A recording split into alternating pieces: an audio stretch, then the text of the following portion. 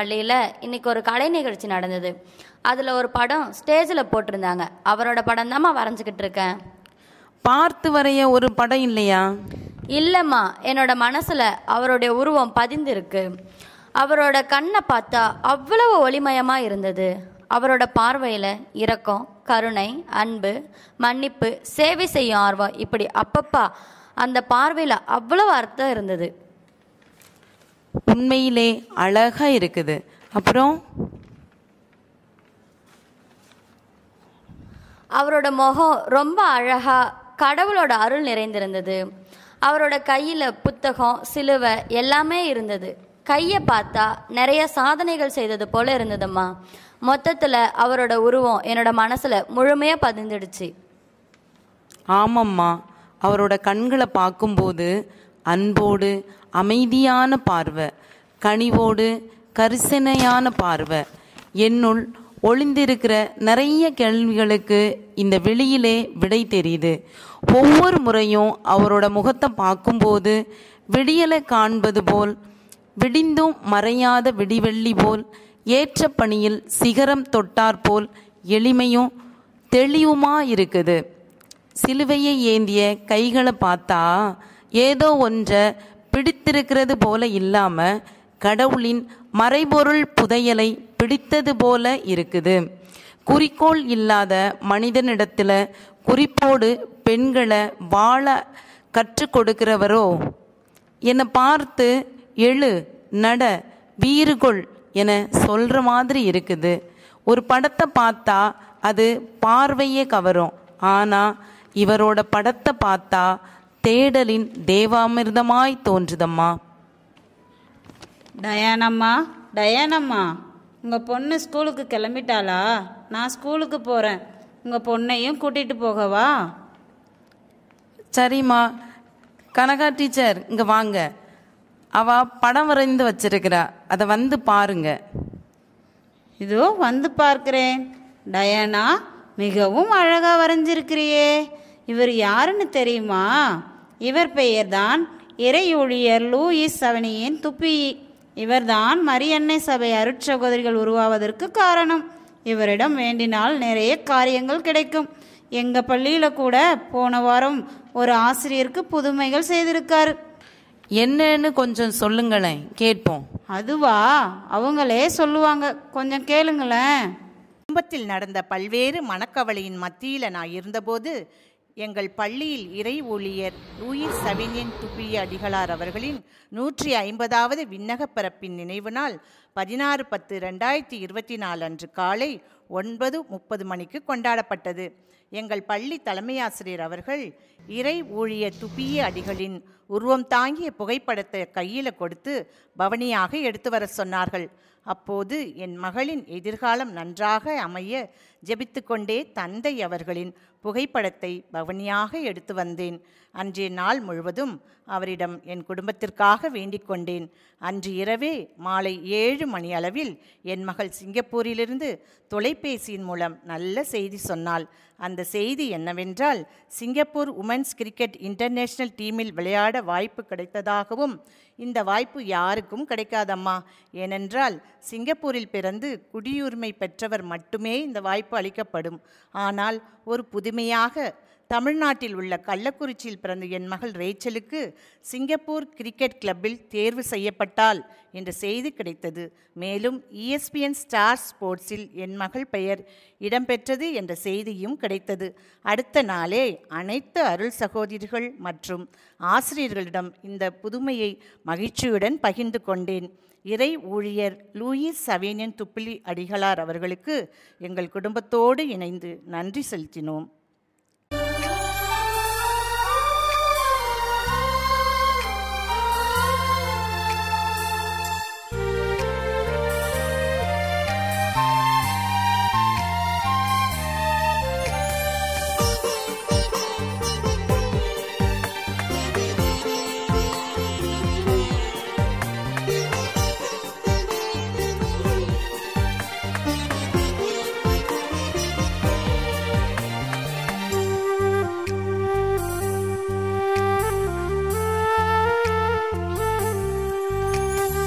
இறையுள்ளம் மகிழ்ந்திட வாழ்ந்தவரே, எங்கள் இதயத்தில் நிறைந்தவரே, மறை வழியினில் எளிமையில் திகழ்ந்தவரே, தந்தை துப்புயி நீர் வாழ்க.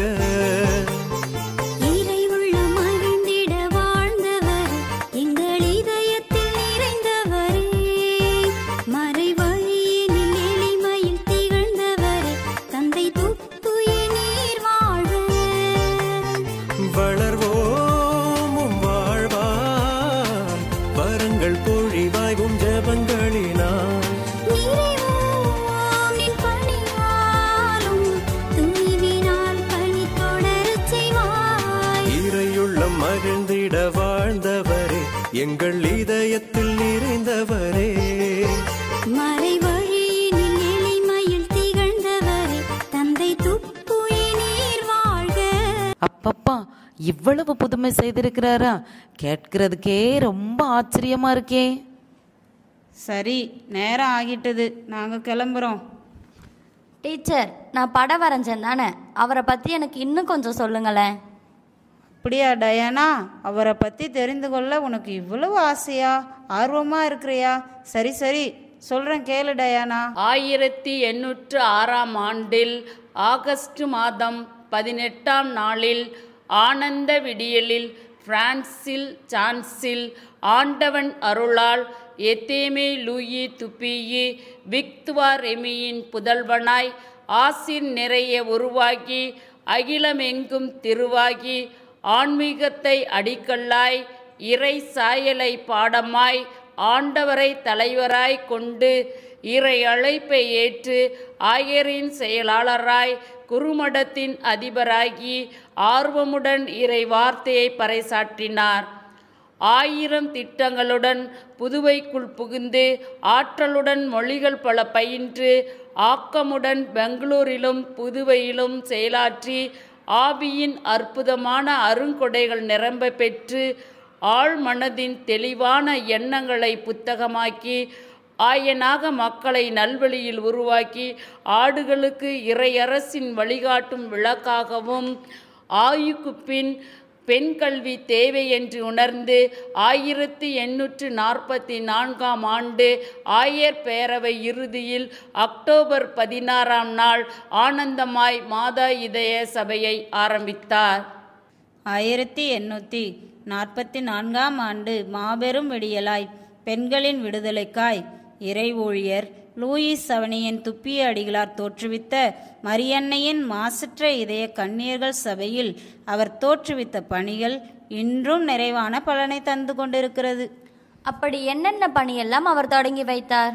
இதோ இப்ப நேரடியாகவே உனக்கு நான் காட்டுகிறேன் டயானா. நற்செய்தி பணி. பிறர் வாழ்வு வளம் பெற உதவும் வார்த்தைகளே நற்செய்தி. திருவிவிலியம் முழுவதும் இறைவனின் வார்த்தைகள் நிரம்ப பெற்று மக்களின் விடுதலைக்கு உதவுகிறது.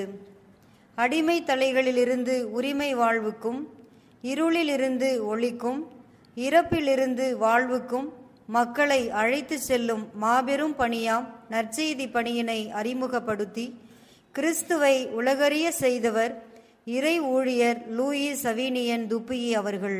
கல்வி பணி.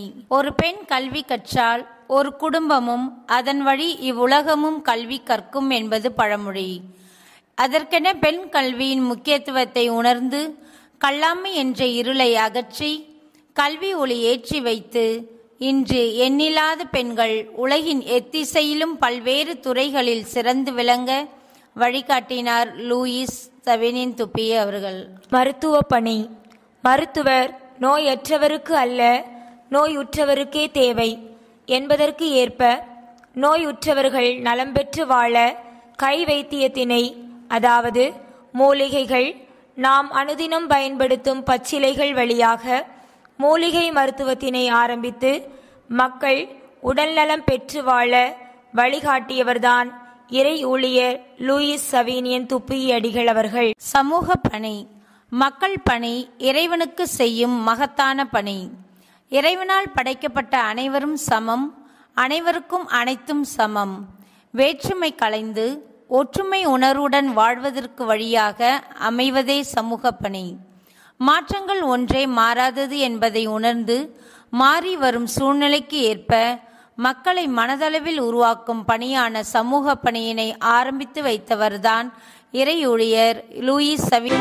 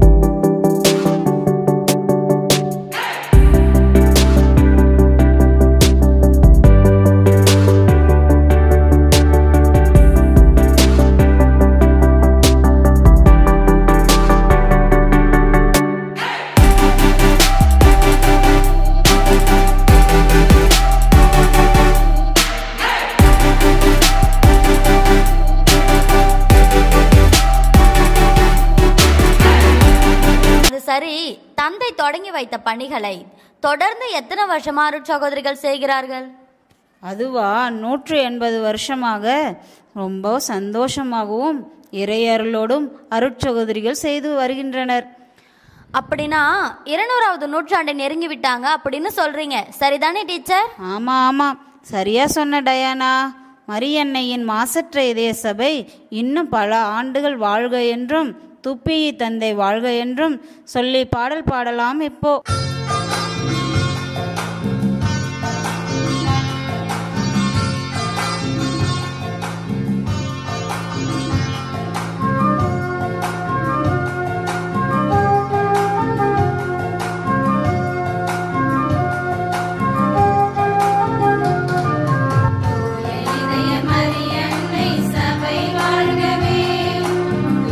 தந்தை தோற்றுவித்த சபை வளர்கவே.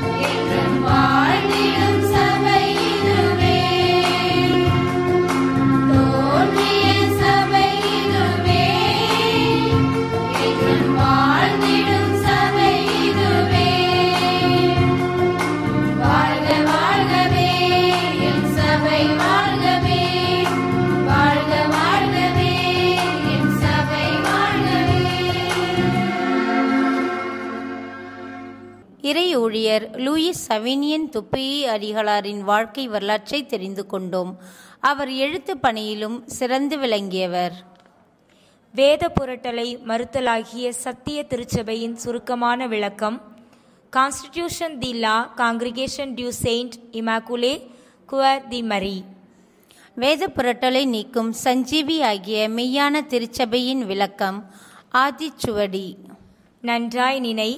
5 காய வரம் பெற்ற அத்தீஸ்த பிரான்சிஸ்குவின் சரித்திர சுருக்கம். 5 காய வரம் பெற்ற அச்சிஸ்ட பிரான்சிஸ்குவின் தவத்துக்குரிய 3ஆம் சபை ஒழுக்கம். அச்சிஷ்டவர்களின் சரித்திரம் காண்டம் 1. அத்தீஸ்தவர்களின் சரித்திரம் காண்டம் 2. அத்தீஸ்தவர்களின் சரித்திரம் காண்டம் 3. அச்சிஷ்டவர்களின் சரித்திரம் காண்டம் 4. இல்லற உத்தியானம். துறவர உத்தியானம் காண்டம் 1. துறவர உத்தியானம் காண்டம் 2. தமிழ் பிரெஞ்சு அகராதி, பிரெஞ்சு தமிழ் அகராதி போன்ற புத்தகங்களின் வழி மாபெரும் புரட்சி செய்த இறை ஊழியர் லூயிஸ் சவேனியன் துப்பியி அவர்களின் திருவுருவ படத்திற்கு நாட்டியாஞ்சலி செலுத்துவோம்.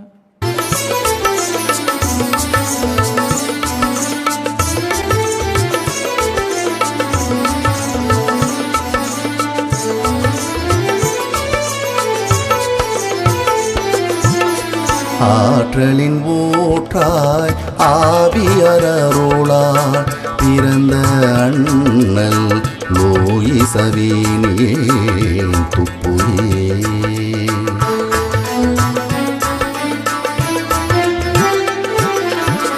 ஆற்றலின் ஊற்றாய் ஆவியரருளால் பிறந்த அண்ணல் லூயிஸ் சவேனியன் துப்பியி. ஆற்றலின் ஊற்றாய் ஆவியரருளால் பிறந்த அண்ணல் லூயிஸ் சவேனியன் துப்பியி. அறிவையர் அறியாமை இருள்தனை போக்கி பெண்களின் வாழ்வை மலர்ந்திடச் செய்தார் துப்பியி. அறிவையர் அறியாமை இருள்தனை போக்கி பெண்களின் வாழ்வை மலர்ந்திட செய்தார் துப்பியி. கல்வியில் பெண்கள் உயர்ந்திட நாளும் சமூக பணிகள் செய்தாரே.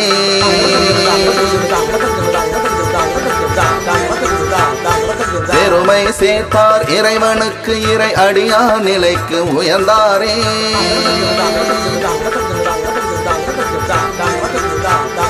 சமய பணியின் சான்றோனே, புதுவை போற்றும் மாணிக்கமே, தமிழ் வளர்த்த தந்தை நீர் வாழிய வாழிய வாழியவே,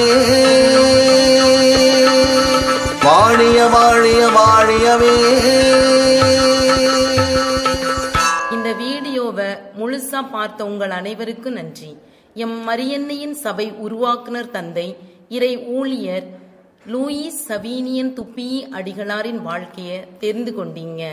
இறை ஊழியர் நிலைக்கு உயர்த்தப்பட்ட எம் தந்தை லூயிஸ் சவேனியன் துப்பியி அடிகளார் புனித நிலைக்கு உயர்த்தப்பட வேண்டும் என்று தினமும் ஜெபியுங்க. பிரியமுள்ள குமாரத்திகளே, கல்வி கற்பிப்பதாலும் நல்ல முன் மாதிரியாலும் ஞான நன்மைகள் கிடைக்க முயற்சி செய்து அதிகமாய் புண்ணியத்தில் வளரவும் முயற்சி செய்யுங்கள் என்று போதித்து வாழ்ந்தும் காட்டிய இறை ஊழியர் லூயிஸ் சவேனியன் துப்பியி அடிகளாரின் வழி நாமும் வாழ்வோம்.